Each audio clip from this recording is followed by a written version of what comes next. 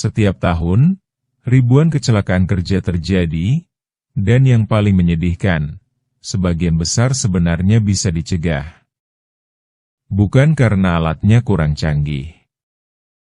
Bukan karena SOP tidak ada. Tapi karena kesalahan kecil, yang dianggap sepele. Hari ini kita akan membahas kesalahan K3 yang paling sering dilakukan pekerja, dan mungkin tanpa sadar, pernah kita lakukan juga.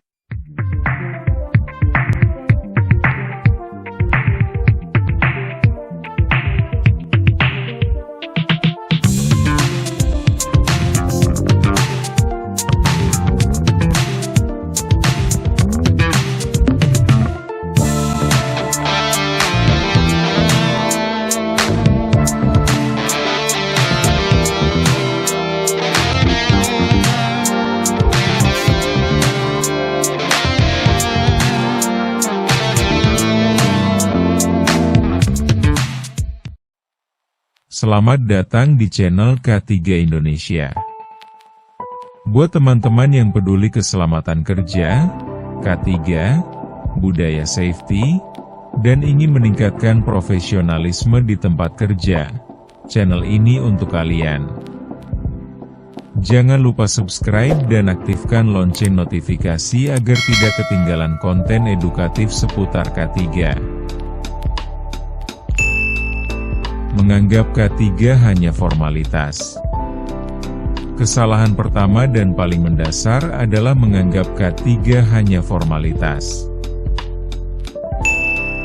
1. Safety talk dianggap membosankan. Organisasi seperti International Labour Organization menekankan pentingnya budaya keselamatan melalui komunikasi rutin di tempat kerja. Dalam standar sistem manajemen keselamatan kerja seperti International Organization for Standardization, ISO 45001, komunikasi dan partisipasi pekerja adalah elemen utama pencegahan kecelakaan. Artinya, safety talk bukan sekadar formalitas. Itu bagian dari sistem pencegahan kecelakaan. 2. Toolbox meeting hanya tanda tangan absensi. Toolbox meeting adalah forum komunikasi singkat sebelum kerja.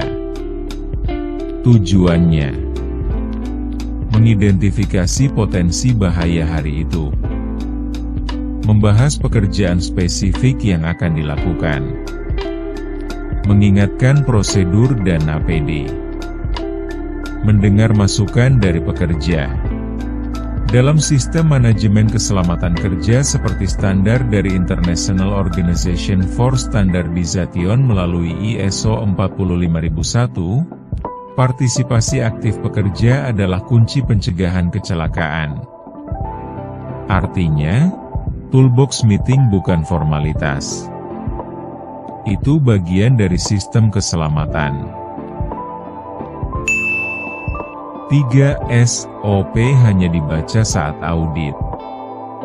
SOP, Standard Operating Procedure, dibuat untuk menjadi panduan kerja yang aman, mengurangi variasi dan kesalahan, mengendalikan risiko, melindungi pekerja dari kecelakaan. Dalam standar sistem manajemen keselamatan kerja seperti ISO 45001 dari International Organization for Standardization, prosedur kerja harus diterapkan secara konsisten, bukan hanya terdokumentasi. Artinya, dokumen saja tidak cukup. Implementasi adalah kuncinya.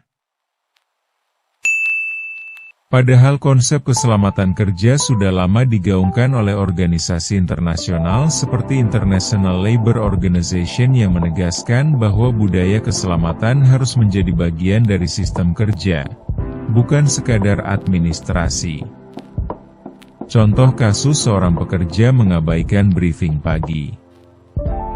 Hari itu dibahas potensi bahaya lantai licin. Siang harinya, ia terpeleset. Masalahnya bukan tidak tahu, tapi merasa saya sudah biasa. Keselamatan bukan soal pengalaman, tapi soal kepatuhan. Tidak menggunakan APD dengan benar.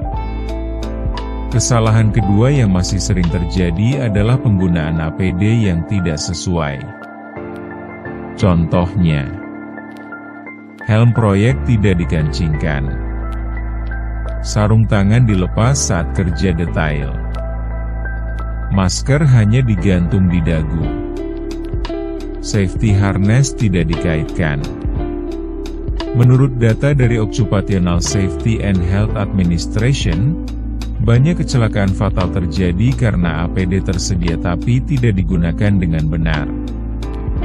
Ingat, APD itu bukan aksesoris, bukan simbol, tapi perlindungan terakhir saat semua sistem gagal.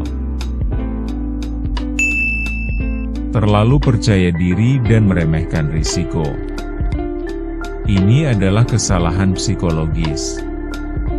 Pekerja berpengalaman sering merasa, saya sudah 10 tahun kerja begini. Santai saja, aman kok.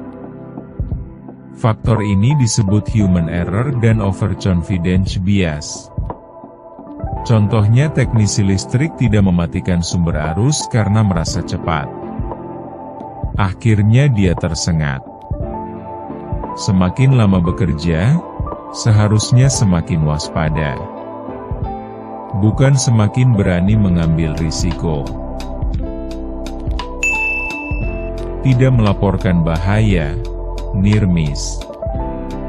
Banyak pekerja tidak melaporkan tentang bahaya, contohnya kabel terkelupas, lantai retak, peralatan rusak, nyaris celaka, karena takut disalahkan.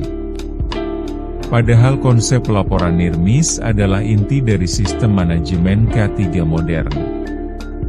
Standar internasional seperti International Organization for Standardization melalui ISO 45001 menekankan pentingnya pelaporan bahaya sebelum terjadi kecelakaan.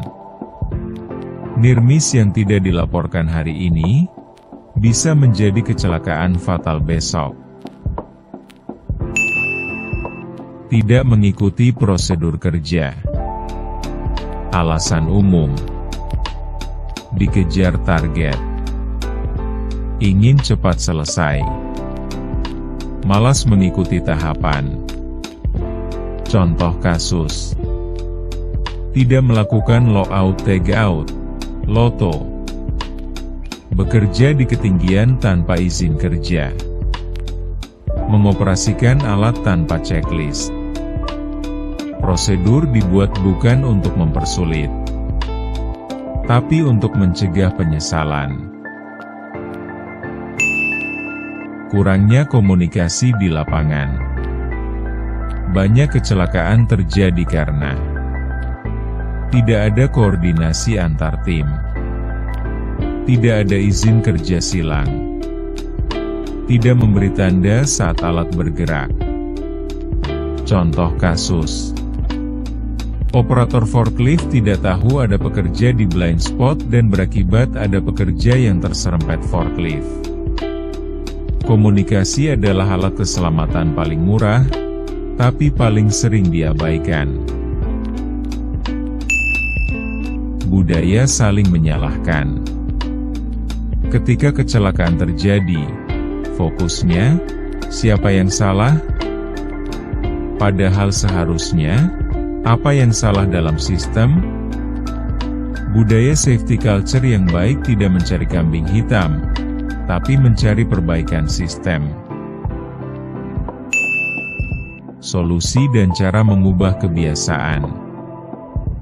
Beberapa solusi praktis.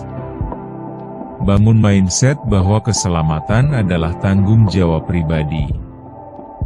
Aktif dalam safety talk. Laporkan semua potensi bahaya. Gunakan APD dengan disiplin.